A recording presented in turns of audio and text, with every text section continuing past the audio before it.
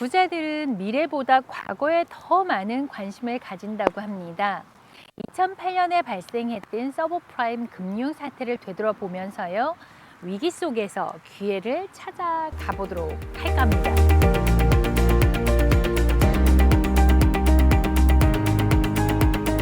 안녕하세요. 부동산 PD 남승현입니다. 구독, 좋아요, 알람 설정 클릭해 주시고 시청해 주시기 바랍니다. 감사합니다. 네, 바깥 날씨가 지금 되게 따뜻한데요. 뭐 덥다고 하는데 바람이 좀 부네요. 예, 좀 흔들리는 거 이해해 주시고요. 자, 2000년 초반에 다 큰 버블이 있었죠. 그리고 2001년에 9.11 테러 사건이 있었고요. 그래서 이런 경제적인 충격 때문에 연준은 금리를 역사적으로 낮추기 시작했습니다. 왜냐하면 이렇게 어려움을 겪고 있는 미국 경제를 활성화하기 위한 것이었죠. 그렇게 해서 그 결과 미국 경제가 결국은 상승하기 시작을 했고요. 호황을 누리게 되니까요. 경제가 주택에 대한 수요를 증가를 시켰습니다. 주택 붐이 일어나고 미국에서 기록적인 수준의 주택 소유로 이어졌습니다. 네, 그래서 서브프라임이 일어날 수밖에 없었던 이유는요. 첫 번째, 모게지 은행의 융자 기준입니다. 주택 구입 열풍으로 융자 상환 능력이 없는 사람들에게도 융자를 해주는 융자 프로그램이 생겨났죠. 그리고 서브프라임 대출은 일반적인 융자에 필요한 것보다 신용 점수가 낮은 바이오에게도 융자를 해주었던 거죠. 물론 서브프라임의 융자의 이자율은 일반 프라임 융자보다는 높았습니다. 2000년대 초중반 요 동안에 일반 대출 기관의 융자 기준이 완화가 되면서요, 닌자라는 융자 프로그램이 시작이 되었습니다. 이게 뭐냐면요, No income, no job, no down payment, no asset이죠. 그러니까는 소득이 없어도 직업이 없어도 다운 페이먼트가 없어도 가능한 융자 프로그램이었습니다. 그저 내가 주택을 사겠다는 생각만 하면 내가 주택을 구입을 할 수가 있었다라는 거죠. 여기 한 가지 더 있었습니다. 일명 샷건이라고 하는데 동시에 몇 채의 주택을 동시에 임용 계약으로 구입을 하는 행위였다고 볼 수 있죠. 불법을 행하는 거고요. 따라서 대출 기간은 이제 그러니까 이면 행위다 보니까 대출 기관으로부터 융자를 좀 더 많이 받은 거예요. 뭐 예를 들면 50만 불에 샀지만 임용 계약인 60만 불에서 10만 불의 갭을 만든 거겠죠. 이게 몇 개, 5개가 되면 50만 불의 프로핏을 만드는 그런 사건이 있었다라는 거죠. 네. 네, 어떻게 그러면 이게 가능했을까요? 투자회사는 모게지 담보부 증권이라고 하는데 이게 이제 MBS라고 하거든요. 이런 구조화 신용 상품으로 재포장해서 큰 돈을 벌 수 있었기 때문입니다. 모게지 담보부 증권 MBS는 정기적인 이자를 지급하는 바스켓 주택 융자를 포함하는 펀드와 유사한 투자인데요. 이것은 발행은행에서 구입을 해서 미국 및 국제 투자자에게 판매를 했습니다.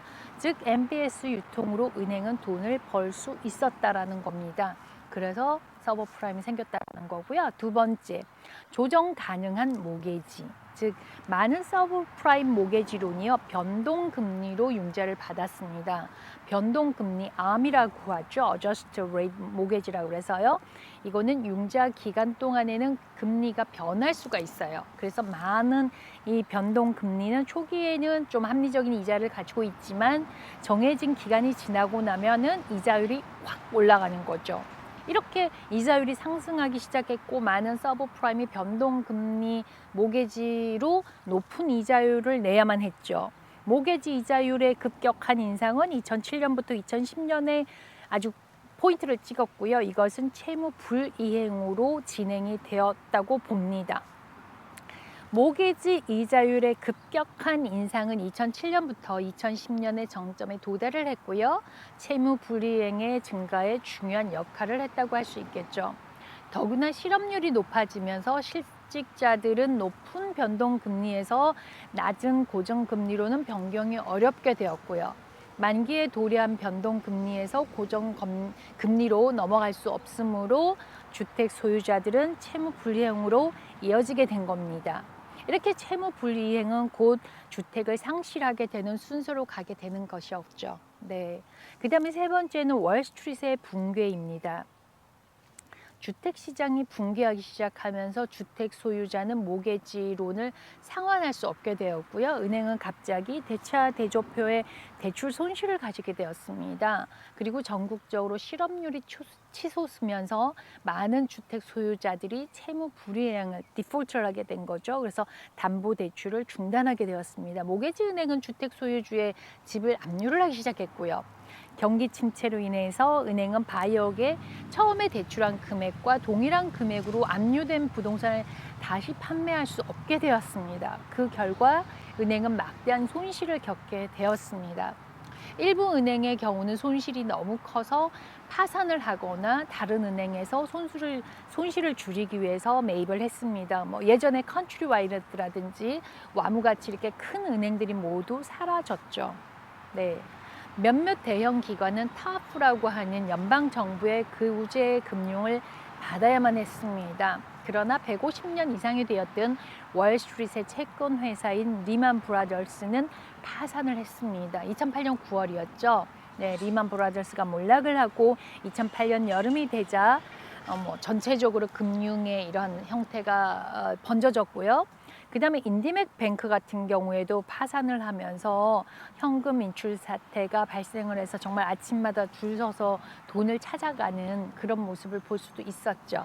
미국에서 가장 큰 두 개의 주택 대출 기관인 페니메와 프레디맥이 미국 정부에 의해 압류되었고요. 더 많은 투자자들이 은행과 투자회사에서 돈을 빼려고 함에 따라서 이들 기관도 어려움을 겪기 시작했습니다.